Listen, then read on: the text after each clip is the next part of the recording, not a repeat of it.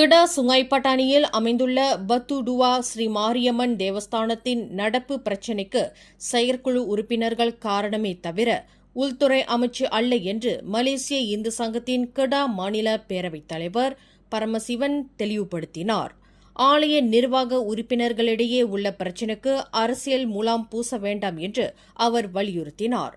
பத்துடுவா ஸ்ரீ மகா மாரியம்மன் தேவஸ்தானத்தின் நிர்வாக பிரச்சினைக்கு தீர்வு காணும் நோக்கில் சங்கங்களின் பதிவு அலுவலகத்தின் ஆலோசனையின் பேரில் 32ஆம் ஆண்டு பொதுக்கூட்டம் நேற்று நடத்தப்பட்டது. 150 உறுப்பினர்களில் 132 பேர் கலந்து கொண்டனர்.